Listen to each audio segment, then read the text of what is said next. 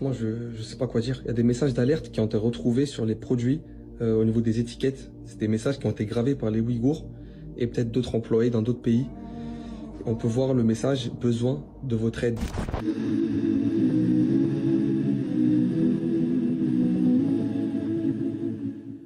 C'est la première et la dernière fois que je commande sur Vraiment, est-ce que c'est normal qu'il ait écrit ça sur l'étiquette? Alors, Chine, c'est une énorme industrie. Hein. C'est des millions et des millions et des millions de pièces. Évidemment, c'est en Chine, donc le code du travail est très relatif. Mais alors, la marque a quand même répondu hein, en expliquant que c'était pas tout à fait vrai, pas tout à fait faux. Il était un peu border. Oui, Guillaume. Non, il y a de plus en plus de messages à l'aide comme ceci. Il y a même une femme qui a laissé son numéro de téléphone pour qu'on l'appelle. Donc c'est terrible. Il y a énormément de marques américaines et européennes qui font encore travailler des personnes à l'étranger ou souvent des Ouïghours dans des conditions qui sont désastreuses. Et c'est honteux. Il ferait mieux de rogner un peu sur leur marge et payer les gens correctement. Enfin, c'est honteux. Ouais. Toutes les marques, donc, on les connaît. Hein, Adidas, Nike. Bien sûr, il y a une liste noire qui circule sur les. Et même, excusez-moi, et même dans le luxe, hein, c'est pareil. Hein. Bien sûr. C'est fabriqué à l'étranger. Hein. Cela dit, il y a beaucoup d'hypocrisie parce qu'on le sait tous. On n'a pas besoin d'être marqué sur les étiquettes Need Your Help et tout ça. On le sait qu'ils utilisent des enfants sur du travail forcé. Il n'y a pas de code de travail en Chine, que c'est une dictature, etc. On le sait, mais on achète quand même les marques comme Nike, Adidas, c'est comme le dopage dans le sport, tout ça qui sont fabriqués dans ces pays-là à moindre frais. Et voilà. C'est bien ce que vous dites. Oui, c'est hypocrite. Bah, on est tous C'est tout à fait ça, Bernard. C'est hypocrite, tu as tout à fait raison. Jaguar et Land Rover seraient également concernés. Et on sait que Jaguar et Land Rover sont deux fournisseurs officiels du palais de Buckingham. Ils ont ce qu'on appelle le Royal Warrant. Et le palais de Buckingham est en train de regarder très attentivement la chose. C'est allemand maintenant, non? Quel est le rapport avec Land Rover et le Parce que quand Jaguar? tu n'as plus d'essence, Ils sont concernés. Donc, ils font partie de la liste. Ah, parce que les Jaguars sont faits en Chine? Bah, il y aurait non pas les Jaguars, certaines pièces pièces proviennent d'usines en Chine qui en effet auraient été. Et c'est pour ça que si on a la liste en fait de ces marques-là et qu'on aime quand même consommer ces marques, ce serait bien de les consommer uniquement sur sur de la seconde main, parce qu'aujourd'hui la seconde main sur les vêtements ça se fait beaucoup. Donc si on aime Adidas, pourquoi pas aller le prendre sur certaines plateformes plutôt que d'acheter du neuf. Mais le problème, ça irait plus vite de dire quelle marque ne fait pas ça, parce que je crois qu'aujourd'hui. Il y en a 83. Pardon, il y a des marques qui revendiquent un label 100% français avec des conditions de production qui sont dans des normes tout à fait respectables et respectables, etc. Tout le monde ne fait pas ça. Quoi, je veux dire. Mais bon, est-ce que honnêtement vous faites attention à tout ce que vous achetez? Malheureusement, non. Mais non. Daniel Moreau, par exemple, quand elle achète ça, par exemple. On lui a donné ça.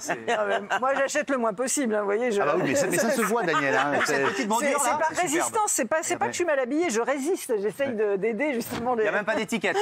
On devrait prendre exemple sur elle. Vous, Magali, qui achetez à peu près beaucoup de choses tous les jours, vous y pensez à tout ça? Alors oui, j'ai fait... Alors oui. Non, mais je suis honnête avec vous et transparente, je ne vais pas mentir, ça ne sert à rien, mais j'ai fait une promotion il y a très peu de temps pour Chine. Eh oui. Et en fait, quand j'ai posté, moi, je ne peux pas deviner ça, en fait, clair. Je ne savais pas.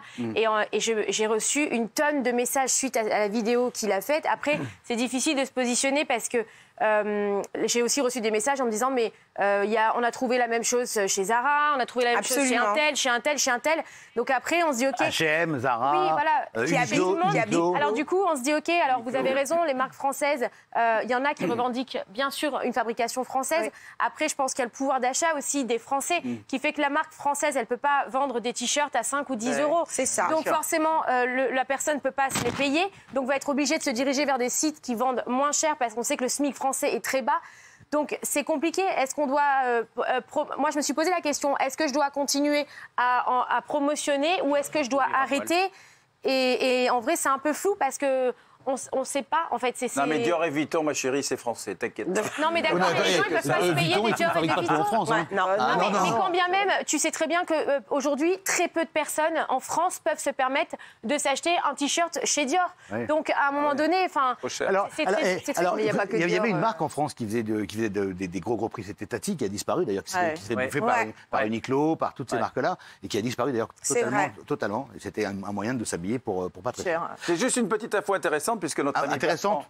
Si, vous allez voir. Parce que notre ami Bertrand a évoqué Jaguar et Land Rover, effectivement. Ben, figurez-vous, je viens de voir, je pensais que c'était allemand. Effectivement, ça avait été racheté par BMW. Et bien maintenant, ça appartient à l'Indien Tata Motors. Ah ouais, Tata. Donc c'est Tata indien. Motors. Jaguar, Alors, autant Jaguar, j'aime bien le nom.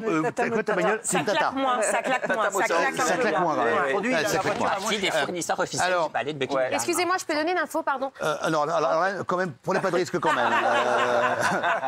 Non, Oui, pardon. allez-y. Non, mais par rapport à Chine, ce que tu disais, c'est très intéressant et c'est ce qu'ils ont fait parce que justement, on m'a demandé de promotionner ça où en fait, ils font de la seconde main. C'est-à-dire qu'ils ont créé des pop-up stores en France où en fait, tu vas ramener tes habits de quelque marque que ce soit et du coup, tu peux échanger avec les habits que les gens vont déposer et c'est Shein qui fait ça. C'est ça. Voilà, Je pense aussi. que quand on n'a pas beaucoup d'argent, c'est ça faire aussi le qu'on a seconde main. sponsorisé. C'est du troc. Ou, exactement. Ouais.